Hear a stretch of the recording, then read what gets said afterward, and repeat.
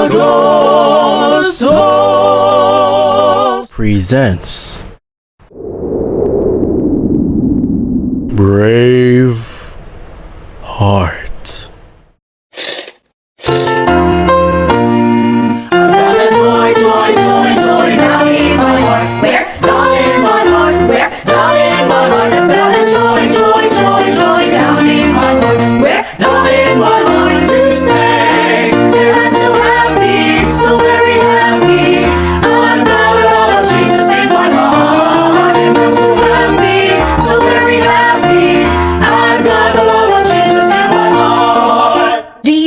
Got the love of Jesus in your heart? Hello! Ako si Ate Maymay. Ako si Ate Krisha. My name is Kuya Julius. And I am Kuya Vern. And I'm so happy, so very happy. I've got the love of Jesus in my heart. If you really got the love of Jesus in your heart, Then, we are called to be godly. In Bisaya, Maka Dios. And that is why here we are presenting Mga Makajos. aside from us today, mga Makajos, there's this godly woman from the Bible that we are gonna share to you today.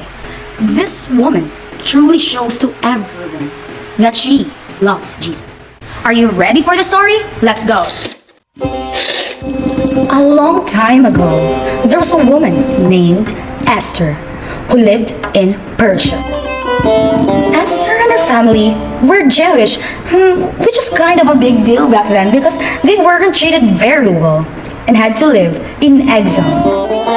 But Esther grew up with her cousin Mordecai, who protected and raised her after her parents died. Then one day, something happened that would change Esther's life big time. This is King Ahasuerus, the king who sat on the throne of his kingdom, which was in Shushan the palace. He made a feast unto all his princes and his servants that shows the riches of his glorious kingdom. There he wanted to show the people and the princes of the beauty of his queen, Queen Vashti, for she was fair to look upon. However, she refused to come at the king's commandment, and this caused his great wrath that burned the anger within him. There and then, the king decided to never see Vashti ever again. And there, he needed a new queen.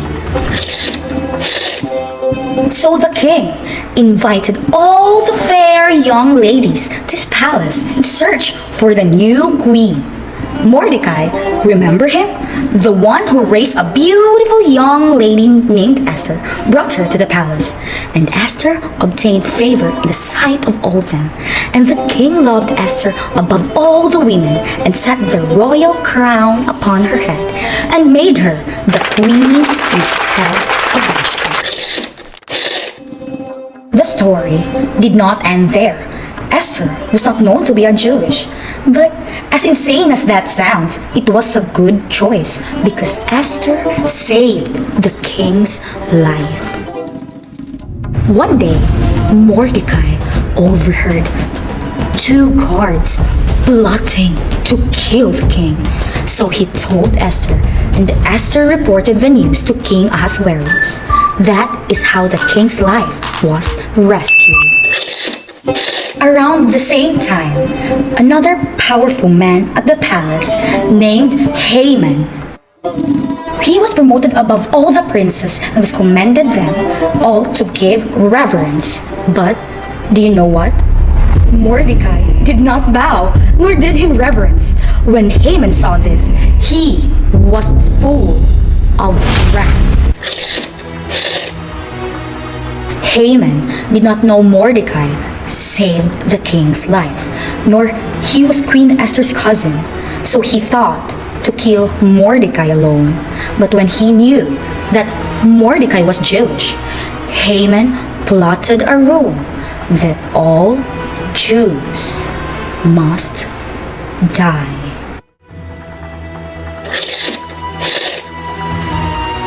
Then and there was great mourning among the Jews in every province. Fasting, weeping, and wailing were everywhere. maybe Esther could save them. She was the queen after all.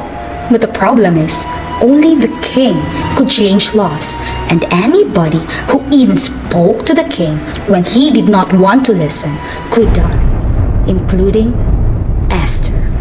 But she was willing to try, and she said, "If I perish, I perish."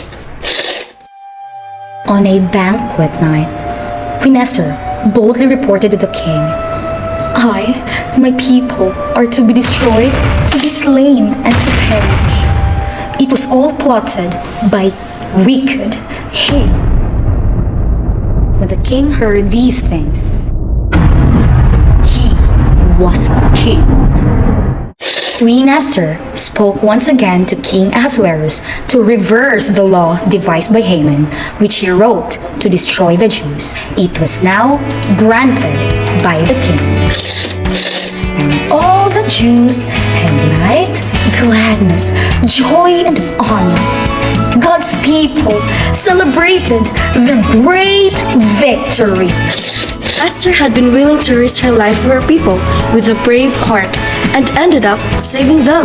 Like Esther, a rescuer would come one day and he would be even more willing to die and to save all of God's special family. You and I could be a part of that family too.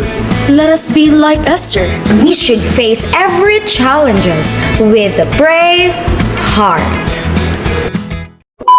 We want action. Yes. Yes. 3, 2, 1.